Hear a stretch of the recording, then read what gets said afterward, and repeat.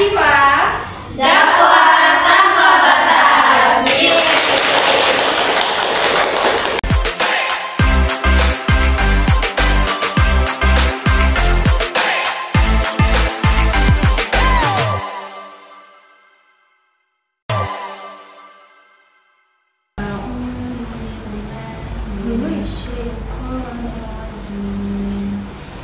Bismillahirrahmanirrahim. Tabarakalladzi biyadihi al-mulk wa huwa 'ala kulli syai'in qadir. Alladzi khalaqal mauta wal hayata liyabluwakum ayyukum ahsanu 'amala wa huwal 'azizul ghafur. Alladzi khalaqal sab'a samawati tibaqa ma tara fi khalqir rahmani min tafawut. Farji'il basara hal tara min futur. Summa farji'il basara karratayni yanqalib ilayka basarika Assalamualaikum warahmatullahi wabarakatuh. Selamat pagi sahabat UKM Ashifa. Nah, bertemu lagi saya Jessica Romauni Lumbanturuan sebagai host yang akan membawa podcast tentang anti perundungan. Kali ini kita akan ditemani oleh narasumber kita, yaitu Ibu Irene Putren SPD MPD yang merupakan salah satu dosen di Universitas Pamulang pada prodi akuntansi. Sebelumnya kita say hello dulu nih sama Bu Irene. Halo Ibu. Halo Kak Jessica. Apa kabar nih? Sehat ya? Alhamdulillah, luar biasa, Allah. Alhamdulillah. Ibu, kali ini kita akan membahas tentang anti perundungan. Menurut Ibu apa sih perundungan itu? Oke. Perundungan. Sebenarnya kata-kata ini kata-kata yang jarang kita dengar. Tapi yang lebih sering kita dengar itu kata-kata yang apa? Bullying, abuse, bahasa gaulnya ya Bu. Iya betul. Nah, perundungan atau bullying sendiri itu sebenarnya tindakan yang dilakukan secara sengaja secara berulang-ulang untuk menyakiti baik itu secara fisik, verbal maupun sosial. Gitu. Bisa jadi juga sekarang kan lagi zamannya karena media online ya. Jadi bisa juga tindakan itu dilakukan di media online tersebut atau bahasa lain itu cyberbullying gitu ya. Oh iya, baik. Berarti perundungan itu sesuatu yang menyakiti seseorang secara sengaja ya? Iya, sengaja. Oke, baik. Kalau katanya seperti itu tergantung ya bagaimana lingkungan dia selama dia menuju dewasa. Kalau lingkungannya itu memang membawa individu tersebut terus-menerus menjadi pelaku bullying ya, Iya, dia akan berubah seperti itu. Tapi memang lingkungan itu sangat berpengaruh bagi seseorang tersebut. Baik. Berarti belum tentu ya kalau emang mereka melakukan perilaku bullying belum tentu itu akan terbawa hingga dewasa, tergantung dari lingkungan. Jadi teman-teman semua harus pintar nih memilih lingkungan agar tidak memiliki sifat bullying gitu, tidak suka untuk mengolok-olok orang gitu ya Bu ya. Terus selanjutnya nih. Baik, makasih Kak Jessica. Untuk latar belakang keluarga, menurut saya itu setuju ya. Keluarga itu sangat memiliki peran dalam membentuk karakter seseorang. Baik. Nah, dari sisi psikologi, ternyata umumnya pelaku bullying atau perundungan ini pernah menjadi korban, baik itu dimanapun lingkungan dia, mungkin tempat dunia sekolah atau bahkan bisa jadi di lingkungan rumahnya sendiri. Maka dari itu sebenarnya kita sebagai individu diharapkan atau yang kita harapkan rumah itu menjadi tempat ternyaman yang dimiliki oleh seseorang, jadi tempat di mana dia pulang. Sebaiknya rumah itu ya bisa menjadi tempat untuk dia ya kembali lah ya, harus menjadi tempat ternyaman dia, teraman dia. Jangan sampai rumah menjadi tempat yang menakutkan juga bagi dia. Nah kalau berdasarkan ada salah satu psikolog juga mengatakan bahwa bisa jadi ketika dia melakukan perundungan di luar Kak, ternyata di rumah dia bisa jadi mengalami perundungan itu. Kalau di rumah nice, manis, baik gitu karena nurut, tapi mendapat perilaku yang tidak baik ya, tidak enak, tidak nyaman oleh keluarganya, sehingga di luar dia sudah ya dia punya sense sendiri, oh ini orang yang bisa ditindas nih, bisa kita rundung lah gitu. Itu karena ada pemicu. Makanya diharapkan rumah menjadi tempat yang aman, ternyaman untuk individu.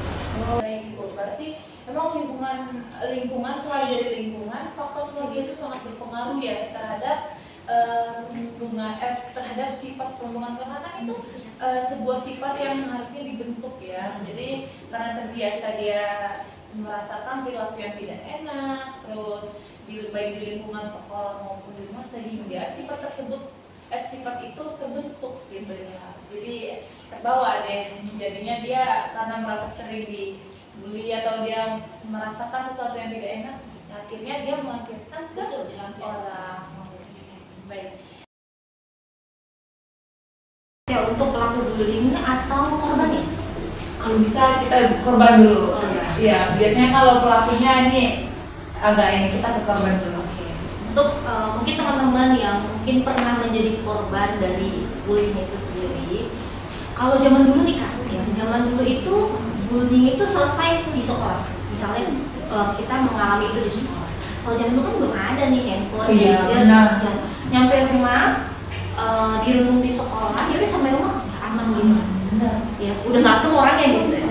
Tapi kalau sekarang itu bukan hanya verbal yang dialami oleh si korban di tempat dia misalnya sekolah atau kampus gitu ya, tapi masih bisa terus di media sosialnya. Benar. Salah satu tips buat para korban misalnya teman-teman mengalami hal tersebut, ya sudah jauhi sumber.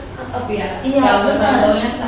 Kalau misalnya teman-teman diserang melalui DM atau melalui ya kalau bahasa salah haters lah ya gitu ya. Makanya para public figure mereka kan banyak ya, mereka punya haters ya. Iya pasti. Ya mereka itu punya tim sendiri untuk mengelola komen-komen mereka. Guna apa? Untuk menjaga mental mereka. Jadi mereka tidak membaca komen-komen negatif. Tim tersebut yang menyaring lalu menyampaikan hal-hal yang baik atau mungkin hanya saran-saran saja. Jadi untuk teman-teman misalnya menerima hal tersebut lebih baik jauh di media sosialnya, nggak usah di buka-buka, cukup istirahat dulu. Terus untuk teman-teman yang mengalami misalnya nanti kejadian di kampus, terus sebelum mengalami hal yang tidak enak mungkin diejek, misalnya diolok-olok di kelas misalnya, terus teman-teman harus berani. Kan tadi banyak ya, ada secara verbal, mungkin juga ada seksual ya, kekerasan seksual atau secara fisik. Kalau misalnya teman-teman mengalami kekerasan seksual itu jelas, teman-teman itu bukan hal yang bisa dimaafkan ya. Itu teman-teman harus menyiapkan bukti, karena kita harus punya bukti ya. Benar. Kalau misalnya itu kekerasan seksual, teman-teman bisa langsung ke IGD minta surat visum dan bisa melapor ke kepolisian. Kalau misalnya teman-teman secara fisik, ya teman-teman juga misalnya dipukul atau apa, itu juga kan ada bekas, itu bisa segera dijadikan bukti, foto atau visum gitu ya, itu bisa juga dilaporkan. Kalau misalnya teman-teman itu boleh kok melawan. Tahu teman-teman kalau misalnya mau ditindas lah bahasanya ya, ada teman-teman yang mau jahatin secara fisik gitu ya, teman-teman boleh melarikan diri. Itu boleh, dalam Islam pun boleh kok. Iya, untuk membela diri itu, melindungi diri. betul. Baik. Kalau misalnya tuh secara verbal, teman-teman boleh mengatakan pada orang tatap matanya. Misalnya teman-teman di kelas ada yang seperti itu. Iya. Ya, itu kan hal yang banyak terjadi ya. Benar. Tatap matanya sampaikan. Apa nggak ada hal lain yang bisa kamu lakukan selain menindas saya? Masih banyak hal yang bisa kamu lakukan, lu lakuin.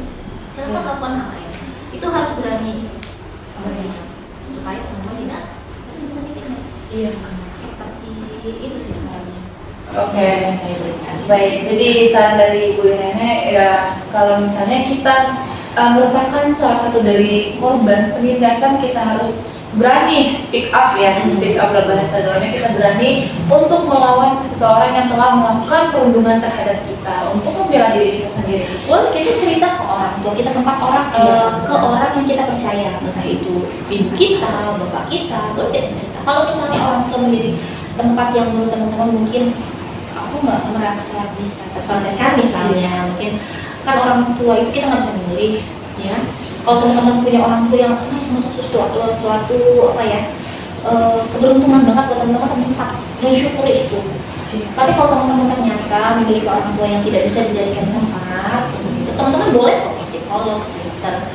Karena untuk zaman sekarang psikolog itu bukan kayak zaman dulu. Kalau dulu psikolog tuh, kalau psikolog kesannya punya penyakit ini ya, gila ya, kita misalnya. Kalau sekarang tuh jadi hal yang biasa kok, lumrah untuk menceritakan keluh kesah kita, permasalahan kita.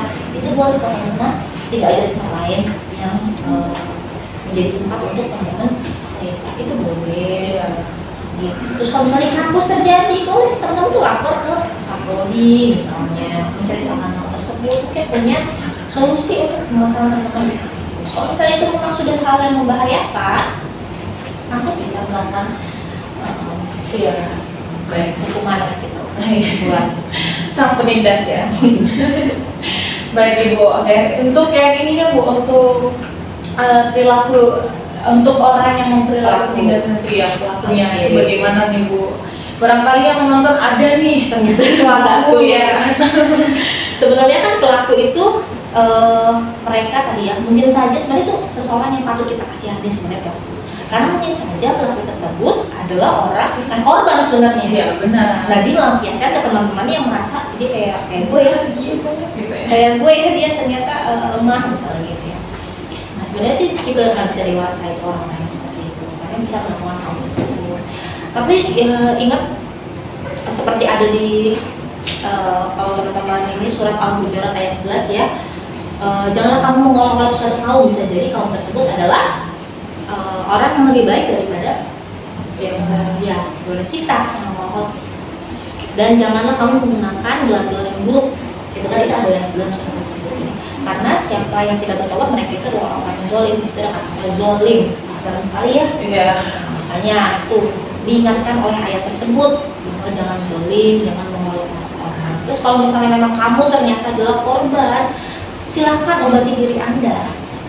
Mulai tadi ke psikolog, psikiater. Untuk apa? Untuk kamu menyembuhkan diri kamu sehingga kamu tidak menyebarkan hal itu ke orang lain. Karena kalau orang lain ditindas, akhirnya dia menjadi pribadi yang seperti itu juga, kita jadi kayak lingkaran setan. Kalau dia udah makin banyak loh. Iya, jadi pelaku bullying gitu. Benar. Jadi selesaikan diri Anda dulu, sembuhkan diri Anda, baru bersosialisasi dengan yang lain.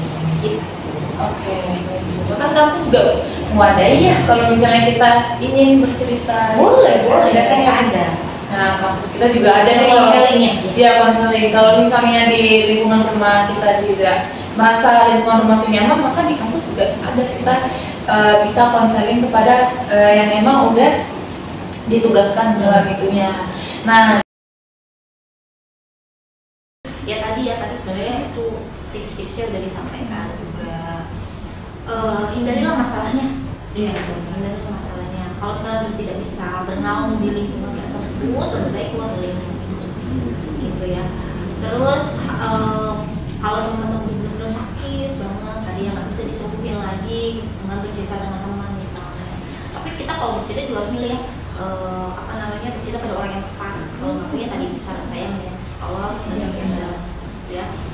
Terus juga buat teman-teman tips juga nih buat teman-teman, ada juga hadis yang diriwayatkan oleh Bukhari dan Muslim. Di situ mengatakan Rasulullah pernah bersabda bahwa kurang lebihnya gini, kita berteman itu harus memilih-milih. Kita berteman dengan siapa? Dengan pemandai besi atau dengan penjual minyak wangi, gitu ya teman-teman, benar ya? Iya. Kalau kita berteman dengan pemandai besi, kalau nggak bajunya ikut kebakar, paling tidak kamu kena asap-asapnya lah baunya. Jadi kalau kamu berteman dengan orang yang tidak baik, misalnya kamu juga bisa ikut tidak baiknya. Maka pilihlah lingkungan yang baik, teman yang baik, tadi yang dikatakan di sini seperti penjual minyak wangi, sehingga kalau penjual minyak wangi kan wangi ya, setidaknya kita pas masuk aja kita jadi kita wangi gitu. Iya, kita jadi sedang baik. Iya. Gitu. Jadi lingkungannya dulu. Terus mencoba memaafkan, ya, karena memaafkan orang itu sebenarnya mungkin kita berat ya, maafin orang yang menyakiti kita. Itu iya, berat ya. Iya. Setidaknya niat kita memaafkan orang tersebut bukan untuk orang itu, tapi untuk diri kita sendiri. Benar. Gitu, untuk kita supaya sembuh dari sakit hati tersebut gitu. Terus ingatlah bahwa semua yang kita alami, misalnya kita jadi merundung orang, ini saya lah, kalau nggak sekarang nanti kamu akan mengalami hal yang balasannya gitu. Tapi kalau misalnya kita yang tersakiti, insya Allah tidak tidur, pasti dicatat. Barang siapa yang dizolimi, ingat aja kalau kita dizolimi, ingat satu hal, kita punya senjata ampuh. Kalau kita dizolimi orang, kita punya doa yang insya Allah langsung tembus didengar oleh Allah. Karena orang terzolimin itu kan tidak ada hijab doanya antara dia dengan Allah gitu ya. Hanya Jadi ya emang benar kata Ibu, jika teman-teman merupakan salah satu pelaku, tidak ada orang yang mencela kecuali nantinya akan dicela. Betul benar pastinya Bu ya. Itu pasti memang di Islam tidak ada hukum karma, namun kan ada taufik kan. Apa yang kamu tanam kan. Jadi jika teman-teman menanam sesuatu yang buruk, ya nanti itu akan berbalik kepada diri teman dia. Jadi memang memaafkan itu berat, tapi memaafkan itu bisa jadi obat untuk diri sendiri, karena kita juga kalau lama-lama menyimpan dendam, amarah, emosi itu akan berpengaruh di mental kita juga ya Bu ya. Karena kita ngerasa kok saya diginiin ya, kok dia yang nyakitin saya, kok merasa dia lebih bahagia. Sebenarnya enggak teman-teman, tidak ada orang yang bahagia ketika seseorang tersebut sudah mengganggu ketenangan orang lain ya Bu ya. Nah jadi semoga podcast kita ini bisa bermanfaat ya Bu ya, untuk pelaku baik pun korban, untuk membangun empati sesama ya, karena kan kita juga sosial, tidak baik untuk kita mencela satu sama lain ya, kan harus butuh. Benar, kita butuh teman yang dimana kita kan juga di lingkungan kampus ya, di lingkungan kampus kita butuh relasi. Kalau misalnya kita bersifat buruk ya tidak akan ada yang mau berteman dengan kita. Benar. Baik, wah mantap ya Bu ya tentang anti perundungan ini, karena ini lagi marak banget ini di kampus atau dimanapun ya. Kadang Ibu pembulian itu biasanya disembunyikan dalam candaan gitu ya. Benar. Itu disembunyikan yang lagi viral nih Bu, yang Gus apa ya? Ya ST. Iya ST ya Bu ya, yang lagi viral itu. Katanya sih kayak bercanda ya, tapi kan ya gimana gitu. Tapi itulah zaman sekarang ya Bu, bullying itu bisa berbentuk apapun gitu. Nah jadi teman-teman segitu aja nih podcast kami dulu, podcast dari minggu ini, tema minggu ini. Nah kesimpulannya, bullying itu merupakan kekerasan, ancaman atau paksaan untuk menyalahgunakan atau mengintimidasi orang lain. Perilaku ini dapat menjadi kebiasaan yang melibatkan ketidakseimbangan kekuasaan sosial. Nah itu aja teman-teman untuk kesimpulan anti perundungan kali ini. Makasih ya Ibu ya. Semoga apa yang kita sampaikan kali ini dan bisa membantu teman-teman, terus bisa juga membuat kesadaran terhadap pelaku ya Ibu ya. Amin. Oke. Terima kasih ya Ibu. Sama-sama Mbak Jessica. Terima kasih semuanya. Semoga podcast kali ini bermanfaat untuk kita dan saya pribadi. Wassalamualaikum warahmatullahi wabarakatuh. Waalaikumsalam.